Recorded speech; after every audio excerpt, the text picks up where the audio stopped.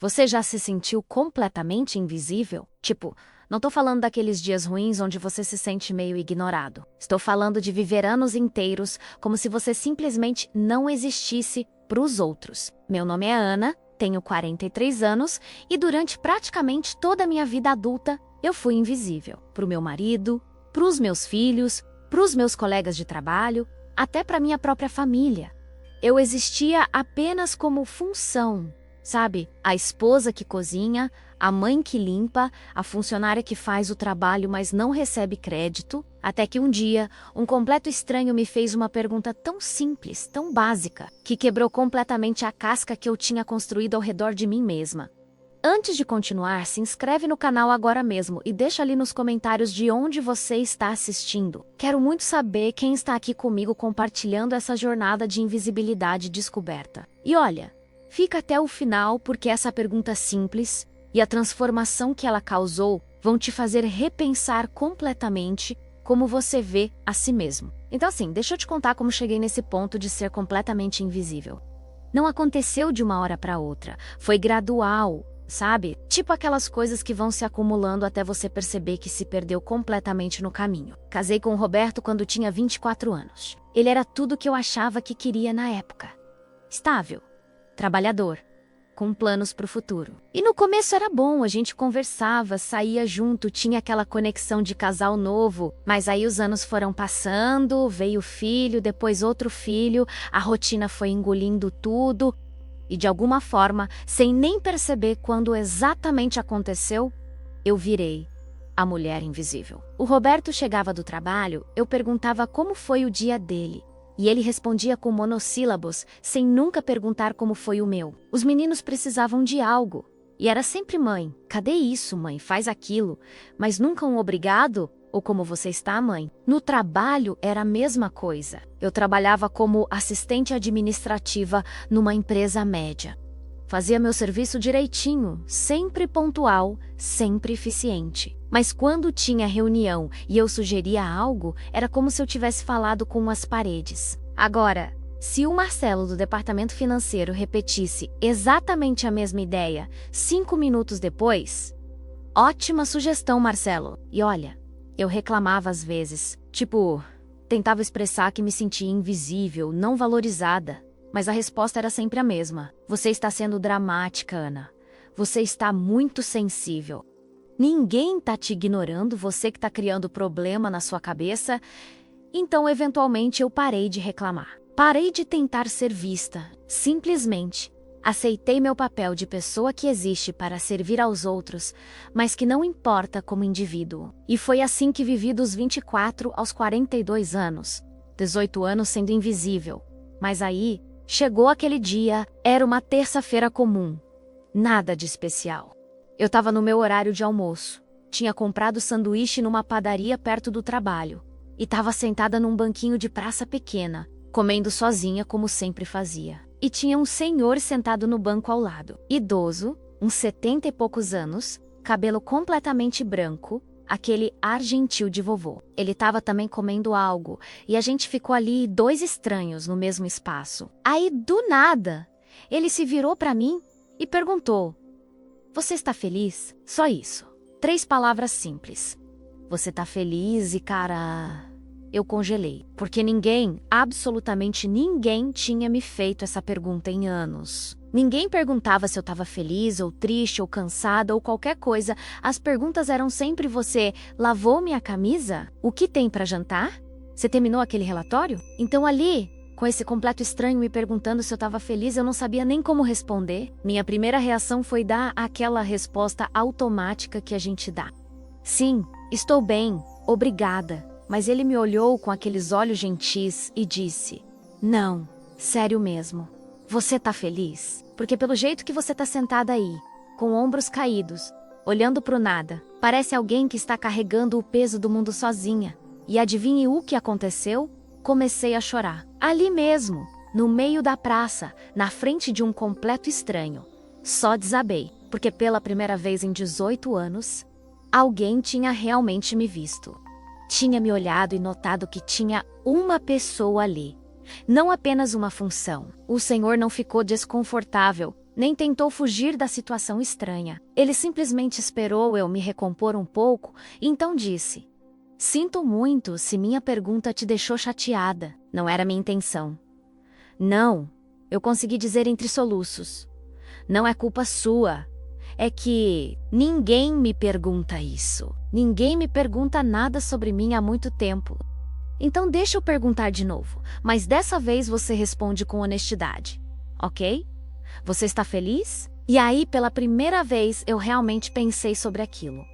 Tava feliz? E a resposta, quando finalmente permiti que viesse à superfície, era não. Não tava feliz. Não tava há muito tempo. Tava apenas existindo, funcionando, cumprindo papéis. Mas feliz? Não. Eu disse pra ele, voz saindo mais firme agora: "Não, não estou feliz." Ele acenou como se entendesse completamente. "E quando foi a última vez que você fez algo só pra você? Algo que te deixasse feliz?" E eu não conseguia lembrar. Literalmente não conseguia lembrar a última vez que tinha feito algo por mim mesma. Tudo que fazia era para alguém. Pro Roberto, pros meninos, pro trabalho. Mas pra mim, nada. Não lembro. Admiti. "Então talvez seja a hora de começar." Ele disse gentilmente, porque vida é curta demais para viver como sombra de si mesma. A gente conversou por mais uns 20 minutos. Ele me contou que tinha passado por algo parecido, décadas atrás, que tinha vivido anos tentando agradar todo mundo, exceto si mesmo. Até que teve ataque cardíaco aos 50 e poucos e isso o forçou a reavaliar completamente suas prioridades. "Aprendi da forma difícil que você não pode servir de copo vazio", ele disse. "Se você não cuida de si mesma, não enche seu próprio copo primeiro. Eventualmente não vai ter nada para dar para os outros. Vai estar só funcionando no vazio." E aquelas palavras, vindas de um completo estranho que eu nunca mais ia ver na vida, mudaram algo fundamental em mim. Porque ele estava certo. Eu estava funcionando no vazio há anos e estava tão acostumada com aquilo que nem percebia mais. Quando voltei para o trabalho depois do almoço, não conseguia parar de pensar naquela conversa. E quando cheguei em casa naquela noite, olhei ao redor com olhos completamente novos. O Roberto nem levantou a cabeça do celular quando entrei. Os meninos, que já eram adolescentes, estavam cada um no próprio quarto, portas firradas. A casa estava uma bagunça porque ninguém tinha limpado nada o dia todo esperando que eu fizesse quando chegasse. E normalmente eu simplesmente faria. Limparia tudo, faria o jantar, lavaria a louça, e então cairia na cama exausta para repetir tudo no dia seguinte. Mas dessa vez, não fiz. Sentei no sofá. E quando o Roberto finalmente notou que eu não tinha começado a fazer jantar, ele perguntou: "Não vai fazer comida?" "Hoje não", respondi calmamente. Ele pareceu confuso. "Por quê? Tá passando mal?" "Não, só não vou fazer. Você pode pedir algo ou fazer você mesmo." E a expressão dele foi como se eu tivesse dito algo completamente absurdo. "Mas você sempre faz o jantar, porque sempre assumi que era minha obrigação." Mas não é. A gente mora na mesma casa, todo mundo pode contribuir. Aquela noite causou tipo pequeno terremoto na dinâmica da família. O Roberto ficou meio irritado, mas eventualmente pediu pizza. Os meninos saíram dos quartos reclamando que estavam com fome e porque não tinha comida pronta. E eu simplesmente mantive minha posição. Mas não parei por aí. Nos dias seguintes, comecei a fazer outras mudanças pequenas. Parei de lavar a roupa do Roberto todo dia só porque ele jogava no cesto. Estabeleci que cada um lavasse a própria louça depois de usar. Parei de limpar os quartos dos meninos. E cara, a resistência foi enorme. Todo mundo reclamando, dizendo que eu estava sendo egoísta, que estava negligenciando minhas responsabilidades. Mas pela primeira vez em 18 anos, eu mantive firm. Não sou empregada de vocês. Eu disse numa discussão de família particularmente tensa. Sou esposa e mãe, sim, mas também sou pessoa. E pessoas não existem apenas para servir aos outros. No trabalho também comecei a me afirmar mais. Quando sugeria algo em reunião e era ignorada, eu repetia, mais alto: "Desculpa, acho que ninguém ouviu minha sugestão", como eu estava dizendo. E aí repetia, quando alguém tentava me interromper, eu dizia firmemente, "Ainda não terminei de falar", e continuava. E sabe o que aconteceu? As pessoas começaram a me ouvir. porque eu estava me recusando a ser invisível. Estava me recusando a aceitar ser tratada como mobília. Agora, não foi fácil. Teve muito conflito, muita resistência. O Roberto, especialmente, lutou muito contra as mudanças. Ele estava acostumado com esposa que fazia tudo sem reclamar. E, de repente, tinha esposa que estabelecia limites. Tivemos brigas sérias. Ele acusou de eu estar mudando, de não ser mais a mulher com quem ele casou. E eu responde: você está certo. Não sou mais. Porque a mulher com quem você casou se perdeu em algum lugar dos últimos 18 anos, servindo a todo mundo exceto si mesma. E agora ela está tentando se encontrar de novo. Chegou ao ponto onde cogitamos separação, porque ele não estava disposto a aceitar a nova dinâmica onde eu não era mais serva invisível, e eu não estava mais disposta a voltar a ser. Mas aí algo mudou. Ele me viu realmente feliz pela primeira vez em anos.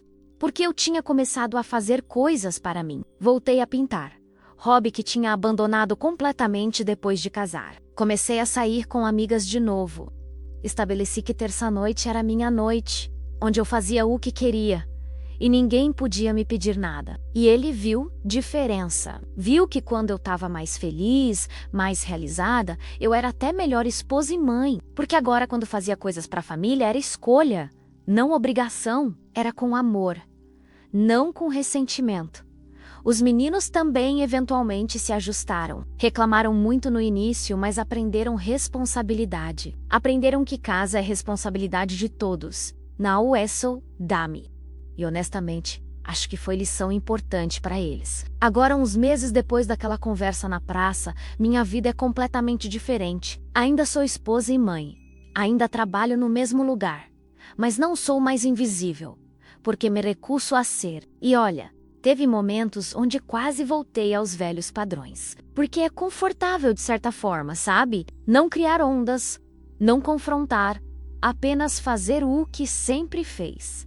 Mas aí eu lembro daquele senhor na praça me perguntando: você está feliz?